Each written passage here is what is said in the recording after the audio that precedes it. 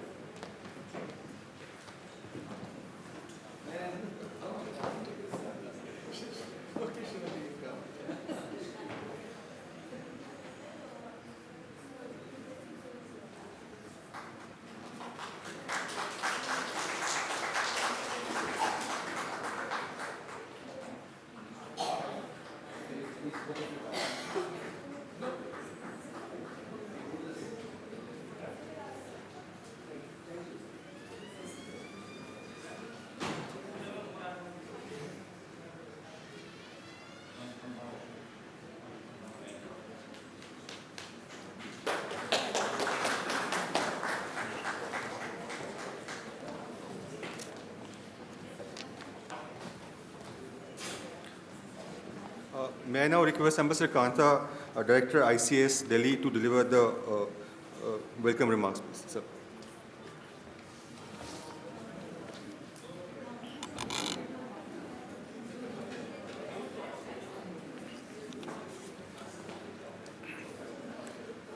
Professor C. Rajkumar, Vice Chancellor, OP Jindal Global University, Professor Mahendrapal Singh, Chair Professor, Center for Comparative Law, National Law University, Delhi, Professor Srimati Chakrabarti, Vice Chairperson, Institute of Chinese Studies and convener of 12th All India Conference of China Studies, Professor Y.S.R. Murthy, Registrar of OP Jindal Global University, Dr. Avinash Kodbole, co-convener of 12th AICCS, senior academics and young scholars present here, ladies and gentlemen.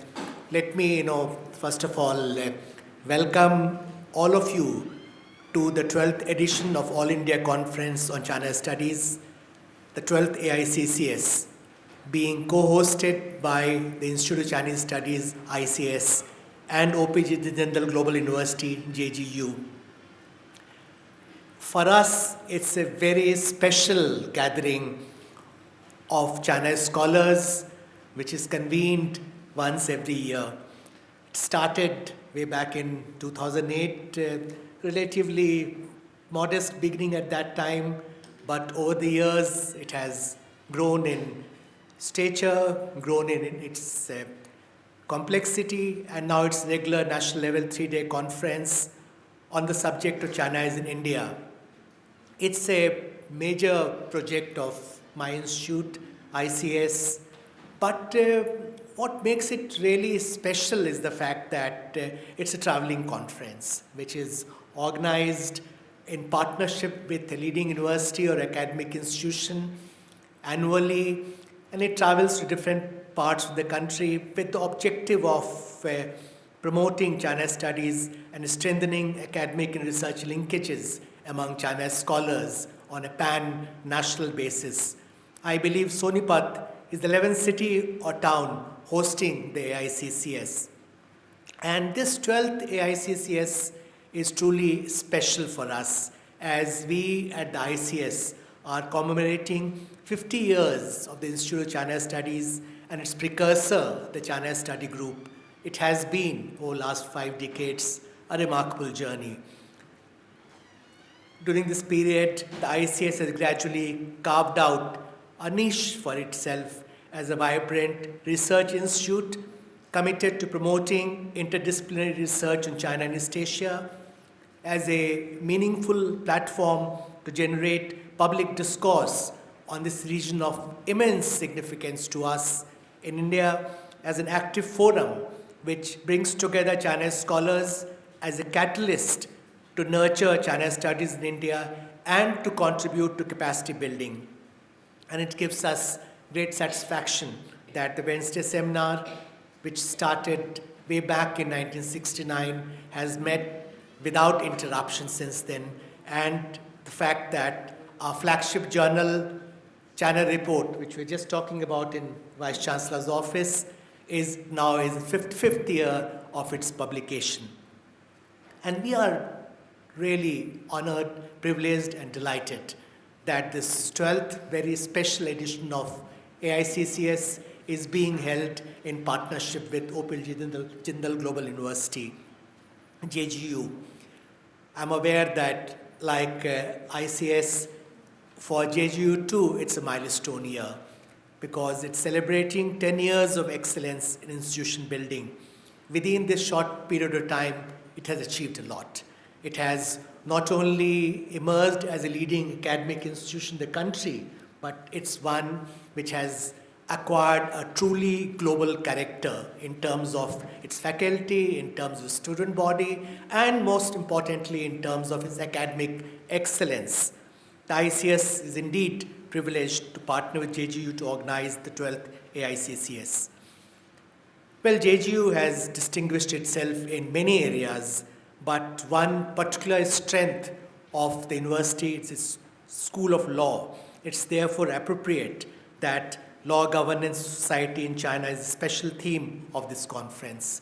And we are very happy that for holding this conference, we are working very closely with the Center for India-China Studies, which had just marked its 5th anniversary. I would like to put on record our deep appreciation for the very dynamic leadership of Professor C. Rajkumar, who has been personally engaged in organizing this conference. I would also like to thank Registrar Professor Y.S.R. Murthy and other senior colleagues from JGU who have been working on this conference. Most importantly, I would like to thank Dr. Avinash Godbole, who is co-convener of this conference. Avinash and other friends from JGU have worked very closely with my colleagues, most importantly, Professor Srimati Chakravarti, convener of the conference, Dr. P.K. Anand, and other young friends who have been working to see that together we ensure that it's a very fruitful conference that we organize over the next 3 days. Friends, I would like to applaud their meticulous planning, keen enthusiasm, and quiet efficiency. Special thank you to student volunteers of OP Jindal Global University. We take particular pride in one aspect of the AICCS, and that aspect I would like to highlight is that it provides a forum for young scholars from different parts of the country who are invited to present their papers. We go through a very rigorous selection process, and I'm happy that like in the previous years, we had excellent response this year as well. There's another aspect of the conference I would like to highlight, and this is the fact that we make special efforts to ensure that this conference lives up to its name, All India Conference of China Studies. So we try to see that it has an all-Indian representative character. I'm very happy to point out that this year we have participation from 24 institutions from all over the country at this conference. Representatives from these institutions will be presenting papers at the conference and speaking during proceedings of the conference today, tomorrow, and day after. Apart from the thematic sessions, where our young scholars will present papers, we have organized special panels on several themes, including ICS at 50, since we are marking the 50th anniversary of the institution, comparing India and China in global affairs, geopolitics of Himalayan river, the Brahmaputra, the present state of India-China relations, teaching China and India, security and geopolitics narratives in East Asia, and fieldwork experience in China studies. And we are truly honored and privileged that this evening, Shri V. Muralidharan, Honorable Minister of State for External Affairs, will deliver a special address. And the fact that we have with us Professor Mahendra Pal Singh, a person of the truly impressive academic record and resume, who will be delivering keynote address at the inaugural session this morning. Friends, as we commence our deliberations today, we must remind ourselves how important it is to understand correctly what's happening in China and its actions abroad, adopting an evidence-based approach and avoiding stereotypes. With a new generation China scholars actively contributing, we are perhaps at a turning point in the development of China studies in India, yet we are conscious of the huge deficit that confronts us, the challenges that face us. This makes this conference and our future endeavors to study China so necessary. This is because we must have a nuanced appreciation of China as the largest neighbor, as a country with which we have a complex relationship. China is the leading strategic challenge for us in India, and simultaneously, it's a source of great opportunities for our country. The rise of China is the most important geopolitical development in the past quarter century, but China is also a country at an inflection point, economically, politically, diplomatically, and militarily. It's undergoing multiple transitions with uncertain outcomes. Therefore, we must have a holistic understanding of history, culture, society, economy, politics, and international relations with China, and of India-China relations. We must continue to forge an Indian perspective of China studies, and this is something, an objective we try to advance at the AICCS. Let me, in conclusion, welcome all speakers, panelists, and discussants who will share their wisdom and knowledge at various panels. I would like to especially welcome young scholars who have traveled from different parts of the country to present their papers at the conference. I welcome all of you. Thank you very much. Thank you, sir. May I request Professor C. Rajkumar to deliver the opening remarks, please.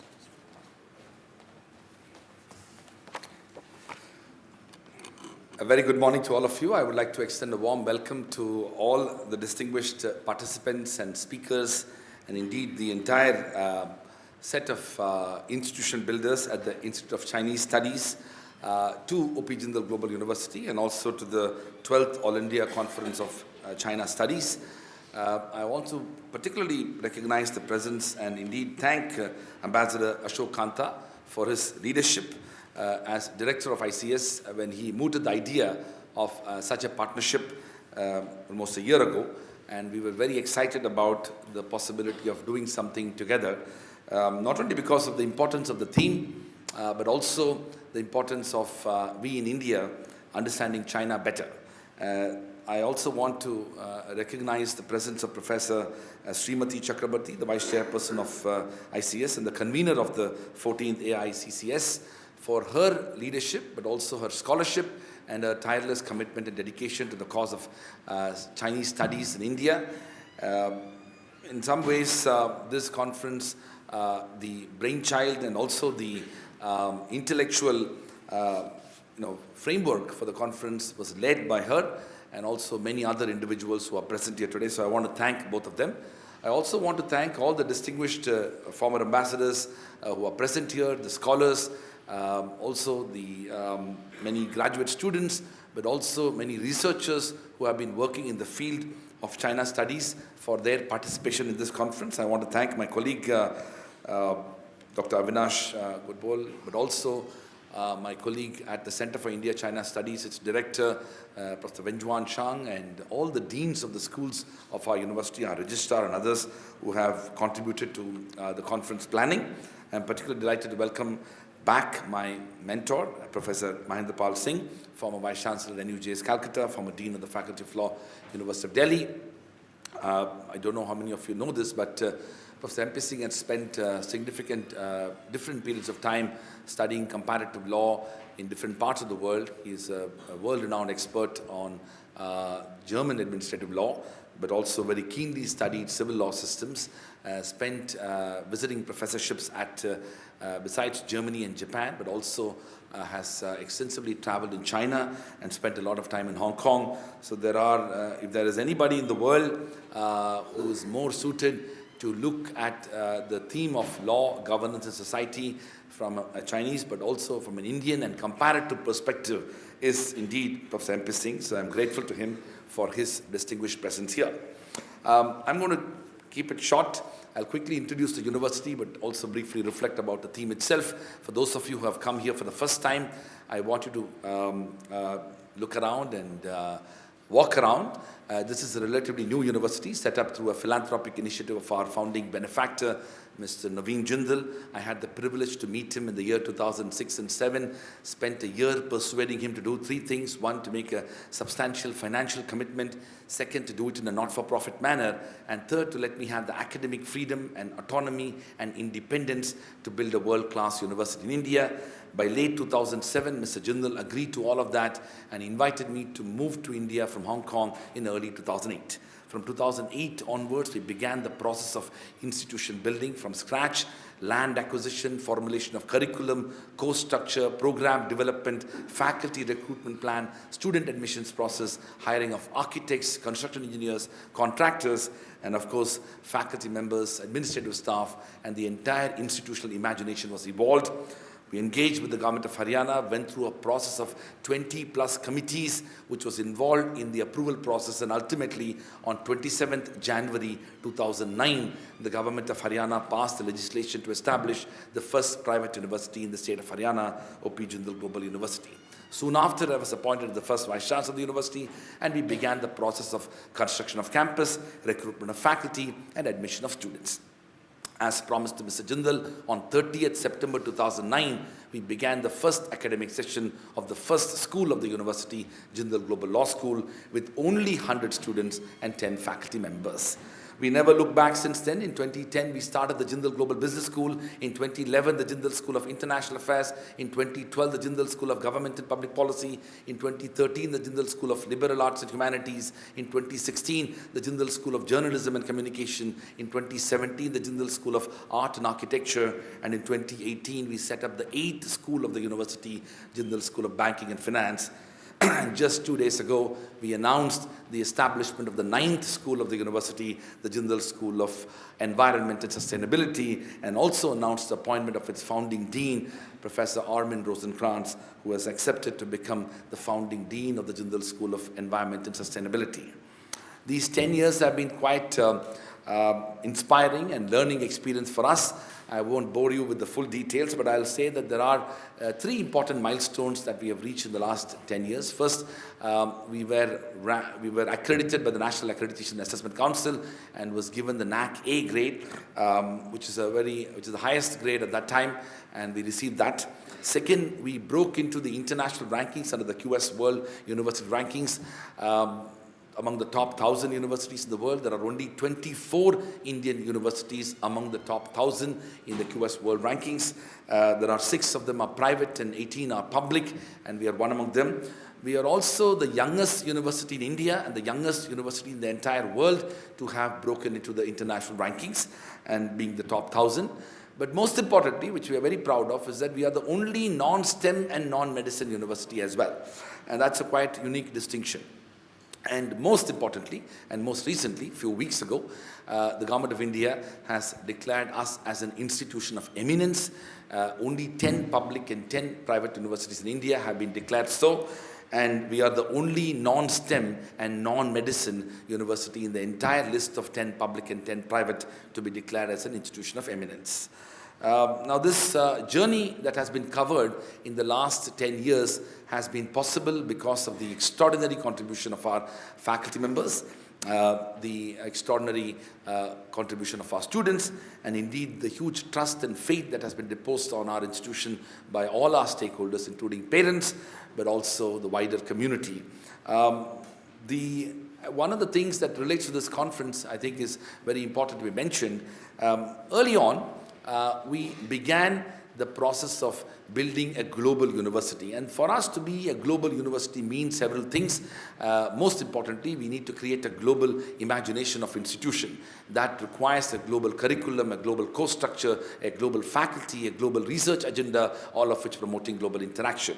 And so these 5 features of global institution building was part of our vision and continue to shape our mission. First, we hired global faculty. 18% of our full-time faculty members are non-Indian nationals recruited from 32 different countries in the world and regions in the world.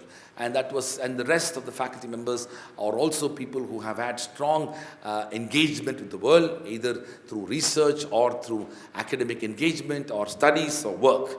A related aspect of that global engagement is to be able to build substantive partnerships with over 250 universities spread across 55 different countries and regions in the world. These partnerships have culminated in research, but also student-level interaction as well as faculty engagement.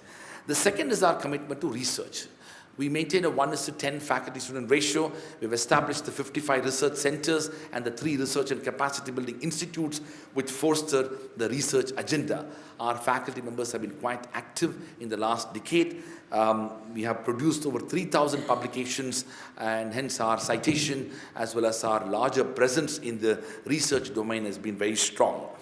The third is our strong commitment to public service. We are a private university deeply committed to public service. Over 50% of our students are on scholarship. We strongly recognize the fact that affordability and opportunity to study at this university should not be deprived for anyone but because of their ability to pay. And from day one, we have created an institutional ecosystem whereby students who can't afford are given scholarship, and hundreds of students have been benefited by this framework from day one. The fourth is our strong commitment to what we call building an intellectually vibrant environment through conferences and lectures like what we are doing today. And the fifth is what we do through executive education. I want to say that our engagement with China was from the very beginning. I had the privilege to work in Hong Kong and travel across China when many years ago, when this university was just a dream for me personally. I had the privilege to travel across China, and I was fascinated by what the Chinese were doing. As we know, China lost several decades to the Cultural Revolution, but the leading Chinese universities ended up very quickly creating new imagination for higher education, and fundamental reforms in higher education were initiated, and quite rapidly China demonstrated that in their institutions. Having been to these universities across China, I was quite conscious of the extraordinary developments that have taken place in China and was inspired by that.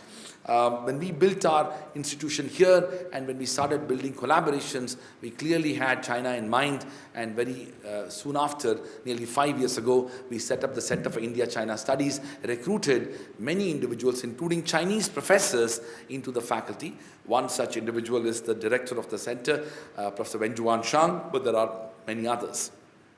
I want to mention that we are very conscious of creating an academic and institutional environment that is inclusive, that is able to speak truth to power, and that at times will make people unhappy. And that's part of what a university ought to be doing. So our engagement with China and Greater China is comprehensive.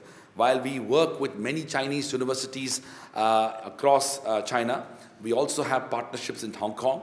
We work very closely with Taiwan and Taiwanese universities. And of course, as if all of that is not good enough, we train the Tibetan government officials here on campus. We are very conscious of building an inclusive academic and institutional environment that does not hesitate to engage with Chinese imagination in its broadest manifestation. One of the things that we have learned through that process is indeed a lot of admiration and respect for what China has done, and our interactions with Chinese universities, our substantive partnerships in which over 25 of our faculty members teach in Chinese universities, our ability to host Chinese professors here, as Ambassador Kanta mentioned, it has also helped many of our faculty members and hopefully students to overcome the natural, let's say, prejudices and biases born out of historical context relating to China. I think it is only fair to say that just as you cannot pass judgments about India easily, you also cannot pass judgments about China. These are complex, diverse, old historical civilizations where nuanced approach towards understanding of these societies are critical. And unfortunately, most of the time, the discourse that happens outside university environments are not necessarily rigorous enough. So the 12th All India Conference of China Studies and the Institute of China Studies and our own Center for India-China Studies, but also others who work in this field are setting a very important example of having a more nuanced understanding relating to China and also relating to India. The theme of law, governance, and society in China this conference could not have organized in a more opportune moment. All over the world, the things we have assumed which will protect and build a rule of law society are indeed under challenge. The last few weeks, I have been giving lectures around the country on a theme called changing the world through law. And one of the things that I have discovered through that talk is that how much law and legal institutions, including democratically established institutions in different parts of the world, influence and impact the aspiration to build a rule of law society. And arguably, people have said that democracy as a form of government is one of the best ways by which we can indeed check abuses of power, including threats to the rule of law. Now, when you look at China much more closely, while it is easy to make an argument that the Chinese aspects of governance does not, currently at least augur our own understanding of what democracy should be, but the more deeper analysis of what is happening in China will also enable us to think about how Chinese government takes into account people's aspirations and also people's concerns when it comes to governing that society.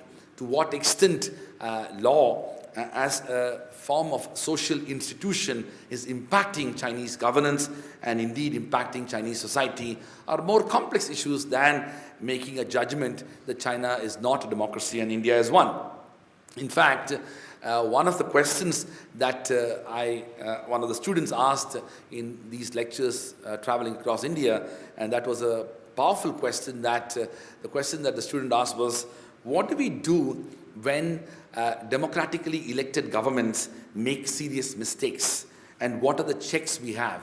And clearly that was a question far more directed to the United States of America, where even democratically elected governments are facing serious threats of implementation of rule of law. But we could ask that question for many countries in Europe, but maybe in India as well. So the question that we have for us, and the way we probably think about China, is that what are the checks and balances that societies can have to implement, to enforce the rule of law, with a view to improving the quality of governance, which ultimately impacts the lives of people, even when different forms of governments are in place.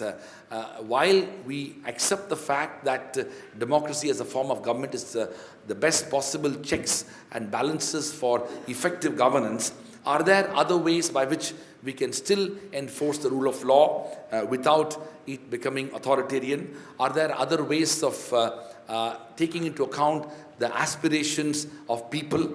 Are there other ways by which we can think about governance models that can strengthen the need for transparency and accountability of the people who are governing? These are fundamental issues that the conference hopes to address. And I would like to once again welcome all of you as delegates, speakers, chairs, and indeed participants of this conference. We are very delighted to host this conference, and I sincerely hope all of you will have a wonderful time. We have taken extraordinary effort to make the conference successful, including reducing the level of air pollution in Sonipat, and hopefully you will enjoy the next 2 days. Thank you.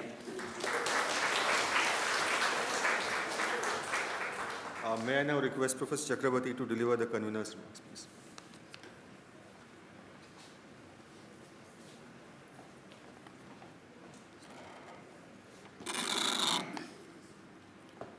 Honorable Vice Chancellor of Jindal Global University, Professor Rajkumar, our keynote speaker, Professor Mahendrapal Singh, ICS Director, Ambassador Ashok Kant, Registrar of Jindal Global University, Professor Y.S.R. Murthy, co-convener of this conference, Dr. Avinash Godbole, distinguished scholars, distinguished ambassadors, students and friends. It is a matter of great happiness for me to be here as the convener of the 12th All India Conference for China Studies. We are indeed very fortunate to have as our partners Jindal Global University, and indeed extremely grateful to you, Mr. Vice Chancellor, your staff and students who have contributed immensely in the organization of this event. As in each year, we have a theme for this AICCS, and as you know, it is Law, Governance and Society in China, for which we have 4 full sessions and more than 20 papers to be presented mainly by young emerging scholars. The best paper will be eligible for the Meera Sinha Bhattacharya Award. Professor Meera Sinha Bhattacharya was a foreign policy expert who taught for 25 years in the University of Delhi. I was very fortunate to be her student. And she also had close association with ICS. She was its director for some 3 years, and also she was the editor of the ICS flagship journal, China Report. We also have 7 special panels where older scholars, where more experienced scholars will be speaking. Our main aim is to hold the AICCS is to disseminate China studies all over the country. In fact, the first 2 years the AICCS was held in Delhi, but since 2010 we have been partnering with other universities to hold it in different parts of the country. In 2010 we had our conference with Jadavpur University. Then in 2011 we partnered with Hyderabad University. 2012 it was IIM Kozhikode.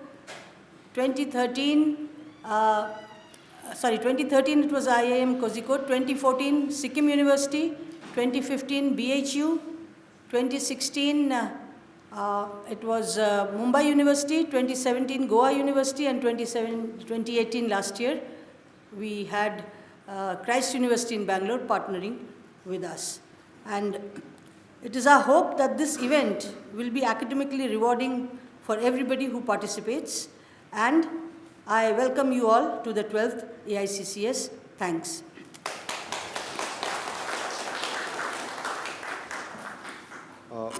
Thank you, ma'am. May I now request Professor Dr. Mahendrapal Singh to deliver the keynote address, please. Vice Chancellor Rajkumar, Ambassador Ashok Kant, Professor Srimati Chakravarti, Registrar Y.S. Murthy, friends and colleagues in front of me, some of them very senior, including Professor Patricia Oberoi and Manoranjan Mahanti, but the younger ones also, some familiar faces. It's a great honor that to such a grand conference, I have been given the honor of reading out the keynote address to you people. As a matter of fact, I am not China studies expert. My connection with China, of course, has been in terms of being a non-resident visiting professor at Renmin University in Beijing for 3 years, as well as a student who came for his PhD when I was at NUJS Calcutta. Of course, as a student of comparative law, we also discuss China, its law and society, not that much of society as much of law. Since I have been asked to take this responsibility, I have noted down few points which I would like to read out to you people. China shares with India antiquity of an unbroken living civilization from the ancient times until this day. While India has kept its doors open to receive people from all directions beyond its borders and has become a phenomenally diverse society, China has by and large maintained its exclusivity. Therefore, China has escaped the kind and amount of multiplicity or plurality of cultures, religions, customary practices, languages, races, communities, and many more that exist in India. Therefore, in spite of being territorially larger than India, China has by and large maintained its exclusivity and uniformity in most, if not all, these and other matters. That uniformity and exclusivity of society in China is also reflected and sustained by uniqueness of its legal system, including its constitution and the system of governance, also in its two special administrative regions of Hong Kong and Macau. The new order and constitution making.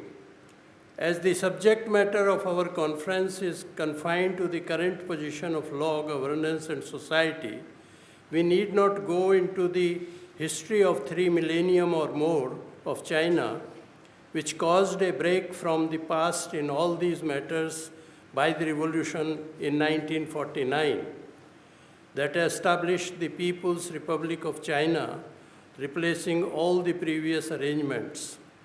Soon after the success of revolution, a provisional common program was made in 1949, which worked as a substitute for constitution. It is only in 1954 that the first constitution based on revolutionary ideology was introduced. It was replaced by another constitution in 1975 and yet another in 1978 after the death of the revolutionary leader Mao Zedong in 1976 and the purge of the Gang of Four.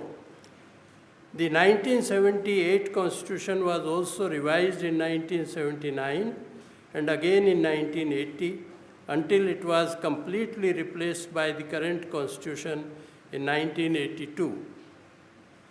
Unlike most of the current constitutions around the world that are made by the people's representatives, all the PRC constitutions were made by the National People's Council, which is the highest constitutional body in the People's Republic of China.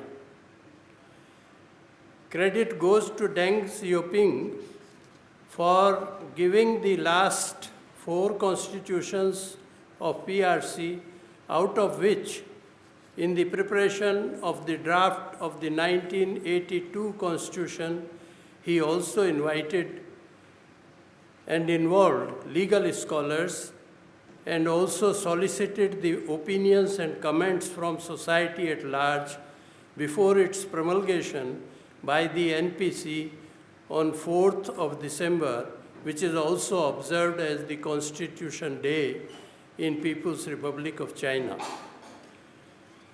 That constitution continues to be the current constitution of China with some changes in 1999 and 2004.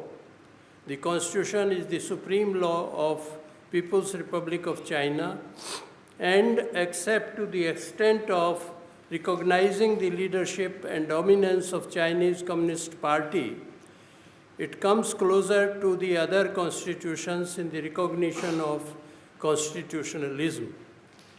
It introduces elections at the national and local levels, as well as guarantees fundamental rights to all citizens, along with the machinery for their enforcement.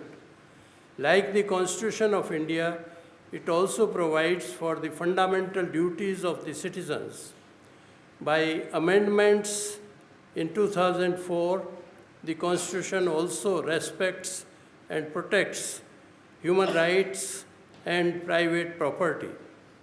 It is because of these ideological changes in its constitution that besides others, China has acquired world leadership in economic and political matters.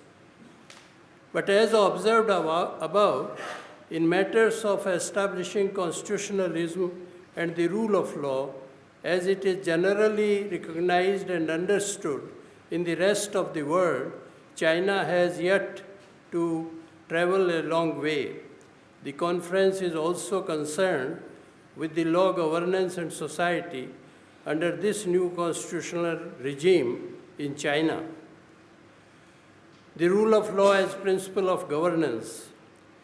Just as the founding of law of a country, Constitution is expected to have the quality of constitutionalism. It must also have an overlapping principle of rule of law. To some extent, the concept of rule of law overlaps with the concept of constitutionalism and is even more varied than the concept of constitutionalism. In simplest terms, while constitutionalism is the negation of exercise of arbitrary powers on the part of the state, the rule of law requires the state and its organs to exercise their powers vis-à-vis its citizens only in accordance with law, because a citizen is supposed to have certain rights as a human being, which the state is not authorized to take away or interfere in the absence of law that justifies such taking away or interference. Even the validity of the law is subject to the limits of law-making power, which may be questioned in the courts of law. Famously, Professor A.V. Dicey discussed the rule of law as one of the three characteristics of the Constitution of England, within which he covered the whole Constitution of England. Although I have mentioned above that slowly the element of the rule of law, along with the element of constitutionalism, is becoming a part of China's current constitution, it is still to travel a long way, because an aggrieved individual cannot yet claim remedy in courts against the arbitrary action of the state, particularly taken under a legislation or law. To some extent, judicial remedy has been provided against an administrative action taken in violation of law, but not against a legislation that violates the Constitution. Some reliance was placed on the Constitution only in the Chi Yuling case, after which the courts have never dared to follow that case, what to say of its expansion. The concept note of the conference says, when President Xi Jinping took the power, his administration emphasized the term ruling the country according to law, which we may phrase as rule of law with Chinese characteristics. In October 2014, the 18th Party Congress of the Communist Party had the fourth plenary only on the theme of how to build the rule of law with Chinese characteristics, which is unprecedented in the Communist Party of China history. China's history. The decision of the CPC, Central Committee on Major Issues pertaining to comprehensively promoting the rule of law, was released after the fourth plenum, which was treated as the blueprint for the last 4 years of law-based governance building. This is what the conference note says. However, the political leaders and some of the Chinese scholars also claim that the rule of law has become as much part of the Chinese legal system as of the Western legal systems. They rely on the Chinese character of rule of law as fuzzy, which has become ubiquitous among the Chinese people and scholars.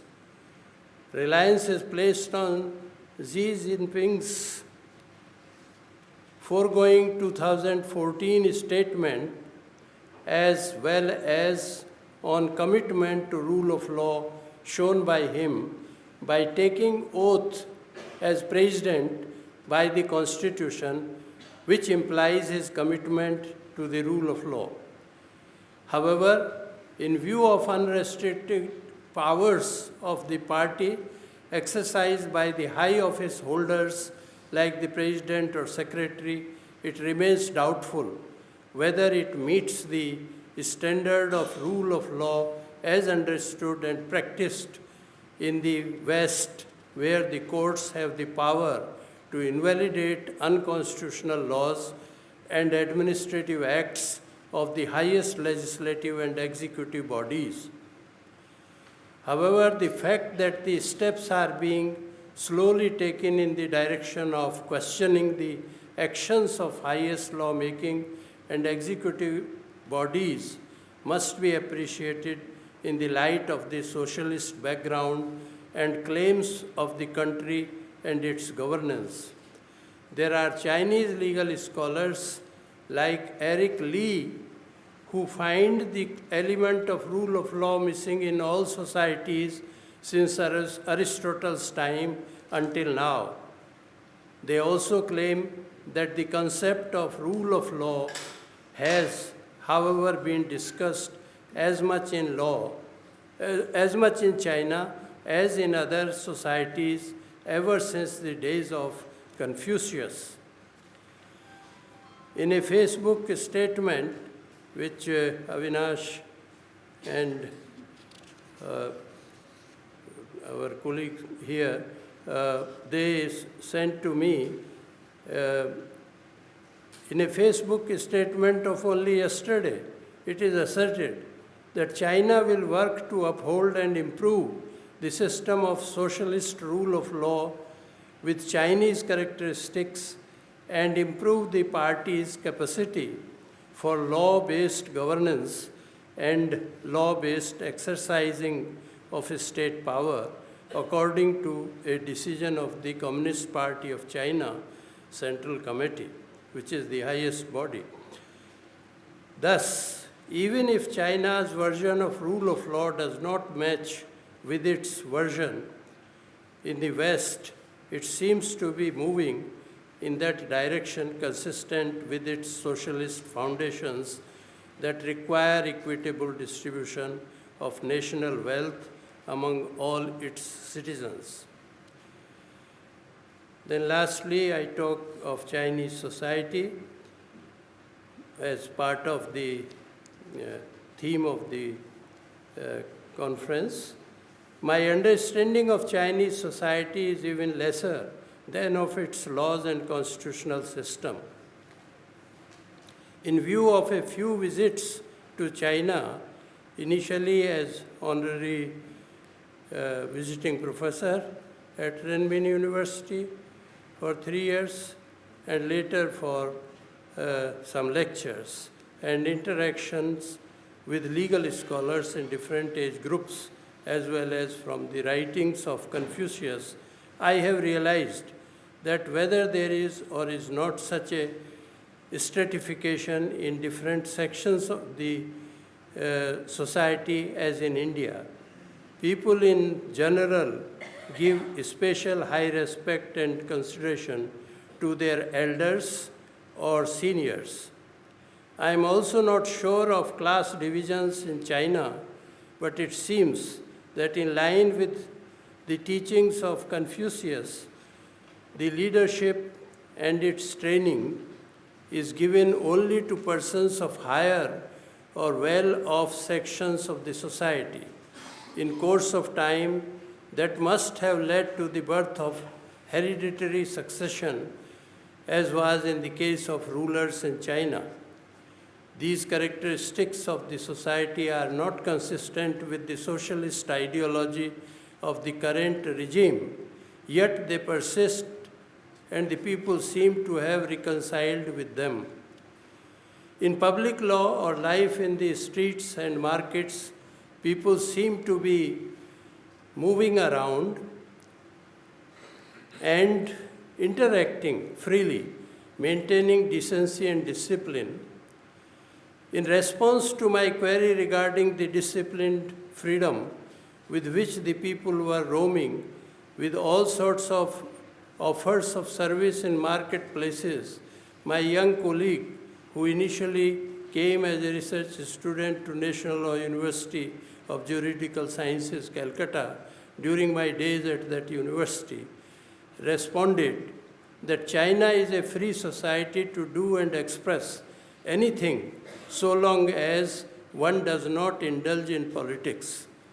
These and similar other experiences in respect of the Chinese people in general supports the unquestioned allegiance of the common people towards their leaders and their policies and actions taken in pursuance of them.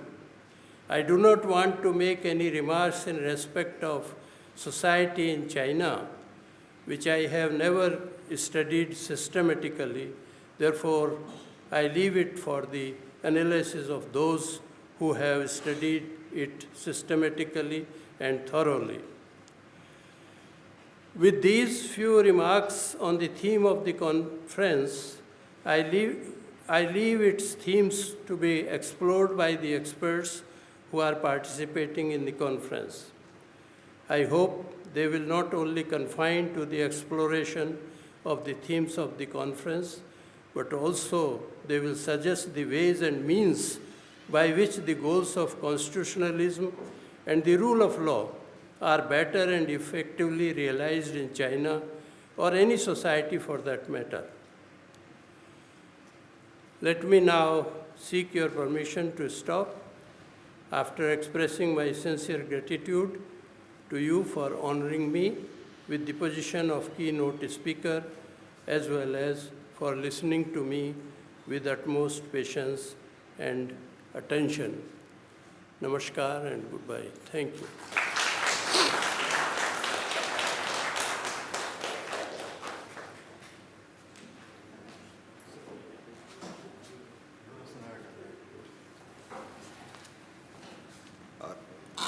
Thank you, Professor M.P. Singh, for unpacking the conference theme so well, and it leaves us a lot of ideas to discuss in the next 2.5 days.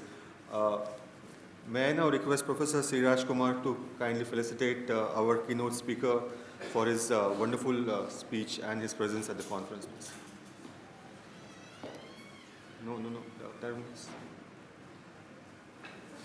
So, that one first, please. Let's move over here.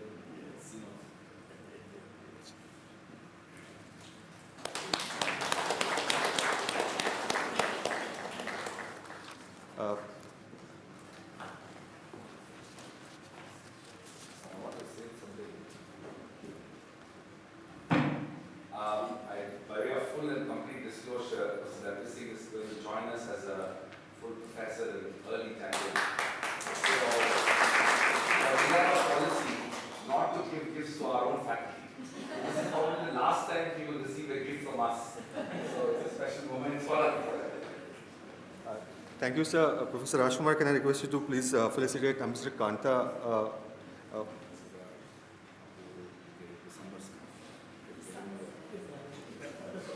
Give us the other one too, so we have to create one for you.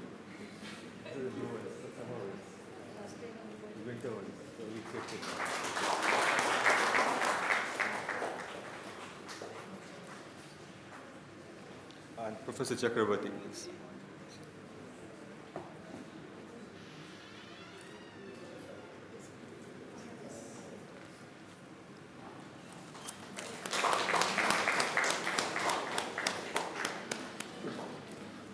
may I request Professor Murthy to deliver the concluding remarks? I'm so sorry, sir. Distinguished guests on the dais, ambassadors, and participants from various institutions across the country, including DU, JNU, and Shivnadar University, and dear students. It is said that 21st century will be Asia's century, according to some experts. In fact, China and India are going to be leading the world economic development in the 21st century. So in this context, I'm really delighted that a conference, 3-day conference, is going to deliberate on aspects like cyber governance, water governance, environmental governance, and many other facets of law, governance, and society. And I want to thank Institute of Chinese Studies for partnering with us in this endeavor. And I want to compliment them on their 50th anniversary. In fact, we are observing 10th anniversary this year. And I hope this ICS will go on to achieve more successes on its journey towards Golden Jubilee and Platinum Jubilee. And I want to thank the leadership of ICS, in particular Ambassador Ashok Kanta and the Vice Chairperson, Professor Srimati Chakrabarti, in this regard. I want to thank Professor M.P. Singh for delivering a thought-provoking and a profound keynote address and covering a whole gamut of issues. And I want to thank our Vice Chancellor for guiding us in organizing this conference and the painstaking efforts of Mr. Avinash Gadbale and all the student volunteers in putting together this program. The tea will be served over there after this inaugural session, and at 11:30, the conference will move to the other end of the academic block in T1. At 11:30, we will reconvene. Thank you.